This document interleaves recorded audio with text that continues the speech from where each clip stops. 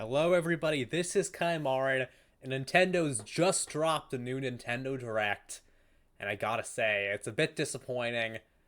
The game industry just in general is in a bad place, and Nintendo particularly has been off the ball as of late. But, it hasn't been so bad. Plus, apparently we're getting a Nintendo Direct for the Switch 2 in early April, so I'm assuming they're holding back to announce everything then. All the launch titles and whatever else. But anyway, they just dropped this one. I guess they're just, wrapping up the last of their Switch releases until they focus on the Switch 2. But, let's just get into this. I'll skip through this mostly. So it starts off, apparently we're getting Dragon Quest 1 and 2 HD 2D remake.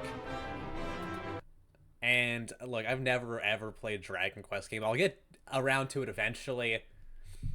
I'm not sure which one I'll play. Probably 5. That one seems the most interesting. Although I'm not really excited for this, because apparently the Dragon Quest 3 HD 2D remake was woke, which crazy. But yeah, they apparently replaced the male-female option with body type A and B.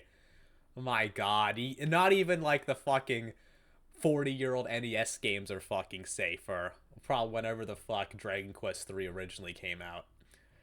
Oh, but this was cool though. Escape from We're getting a new the Somnium Files game. And here, let me go through this to like a good part. Here we go. Please help me, Dad! Yeah, a new the Somnium Files game. I'm not sure if a lot of people have played this. It seemed like a relative success for the audience, but made by the same guy who did the Zero Escape game. So, although this is kind of interesting though, because the first game, it looks like a prequel or alternate universe because you still have young Date in this. So I guess it's like a prequel, because the second game was a sequel, but it had 2 new protagonists, or one of them was a character from the first game. And this one he plays the same guy, but it's not like an actual prequel because he's saving the Iris chick. So I don't know exactly what's going on here. Looks like they're reusing assets from the first game too. But anyway, looks like it'll be interesting. I'll have to do more research myself. I don't know if Uchikoshi's directing it. I'm pretty sure he didn't direct the second one. But, I'm excited for this at least. Looks like it'll be good at least. Oh, this is where it's actually getting good though. Unleash the supernatural. We're getting a new Rido game. Well, no, a Rido remaster. Which, this is good. I've played most of, I've always wanted to play Rido, but in case you don't know, buying Rido for the PS2, it's super freaking expensive. I mean, like several $100s for a used copy, if I remember correctly. So it's nice how we're actually getting a remaster for at least the first game. Although they say remaster, it looks way more like a remake to me. But, what can I say? It looks good. So you can play it on console without having to emulate at the very least. Shadow Labyrinth. Apparently this is like some edgy Pac-Man game. I have no idea.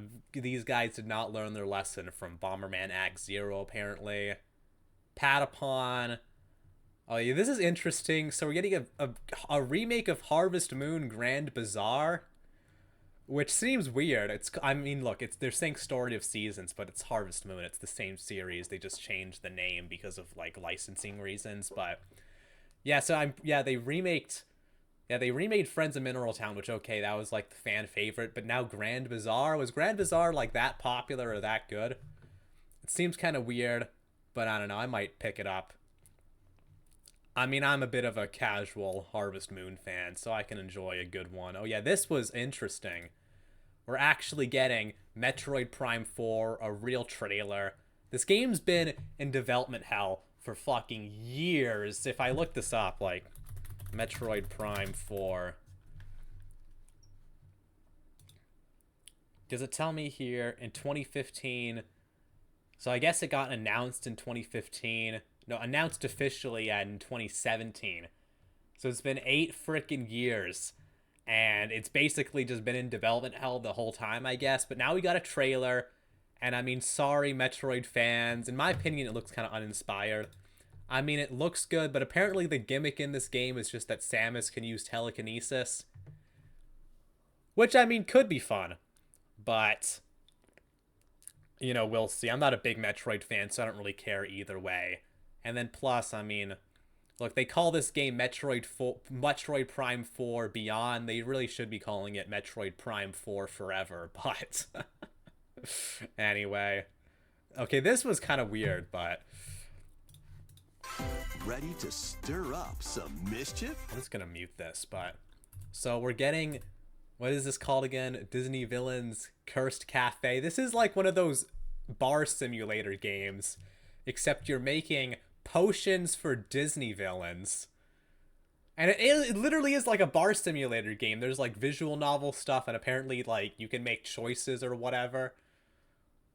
And you do these potion brewing mini games. Literally just one of these bar simulator mini games, except with Disney villains. I mean, it's kind of cringe, but it's also kind of funny. And apparently it's available right now, so I hate to sound like a shill, but I guess you can go download it. But I don't know. Let's see what comes next. Oh yeah, Witchbrook. This is basically just Hogwarts Legacy, but indie. I don't really have that much to say about this. It's an indie game where you go to a magic school.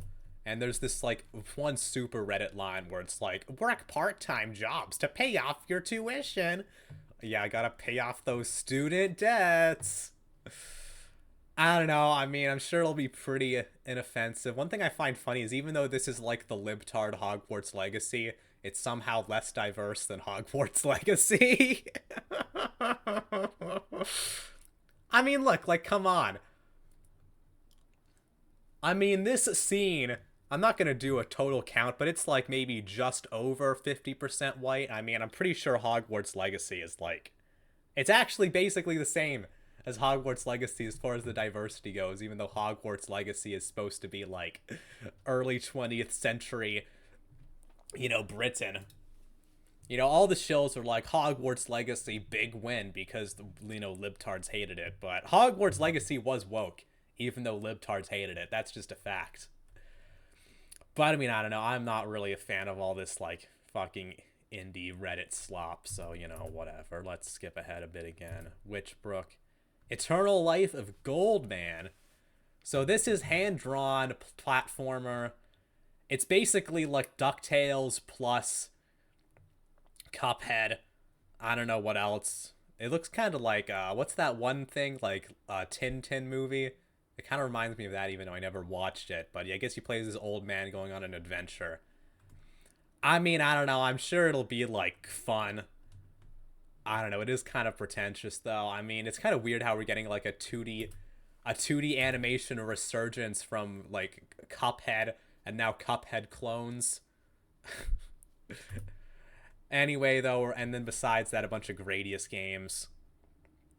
We're getting a Rift of the Necro Dancer, a Guitar Hero clone, which with also like WarioWare micro games apparently. I never played Crypt of the Necro Dancer, and then we have a Tamagotchi game, which I guess this is just like a mini game collection. It seems weird. I have no idea about this Tamagotchi series, but I guess all the Tamagotchi fans can have fun with that. A trailer for the new Pokemon Legends. I'm not really interested in Pokemon. I'm not the most interested in Pokemon. And also, Pokemon's kind of woke these days, in addition to it just being... In addition to all the other issues with Game Freak. But, I mean, I don't know. I mean, it looks fine. We're getting a new Hex Maniac. That's the real best part. See, there she is right there. New Hex Maniac. Best part of the whole game. Anyway, though, yeah, they really do this. A new Rhythm Heaven game. I mean, I'm sure that'd be good. And then there's this whole thing. Apparently, you can have, like, if you buy a game digitally, you can share it somehow with your friends. And then they like rocket fire, like, High on Life. And then Star Overdrive, some of this other crap. Who cares? And also apparently a new Fantasy Life, or a new Fantasy Life apparently, which is interesting. I played the original on the 3DS back in the day, and it was actually pretty fun, so that'd be interesting.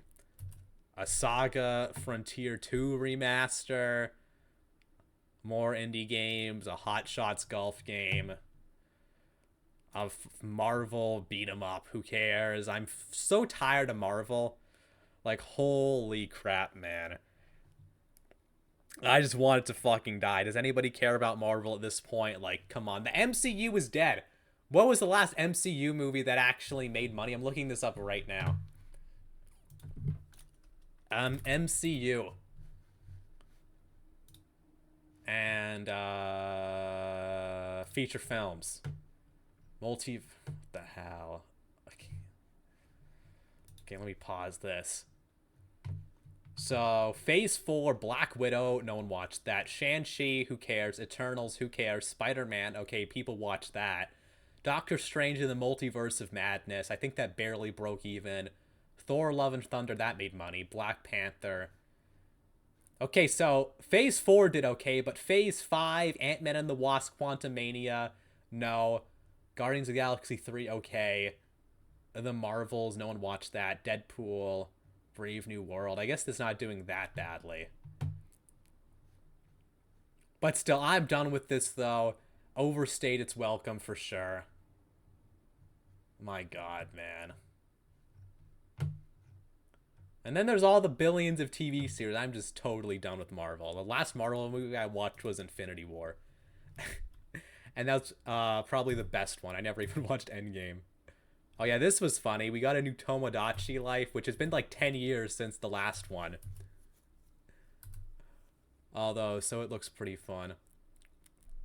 Or, you know, interesting at least. They're doing the Animal Crossing thing. They're all on an island this time. So, I don't know. I guess it's like just a Nintendo thing. When in doubt, go to an island. Okay, that was funny.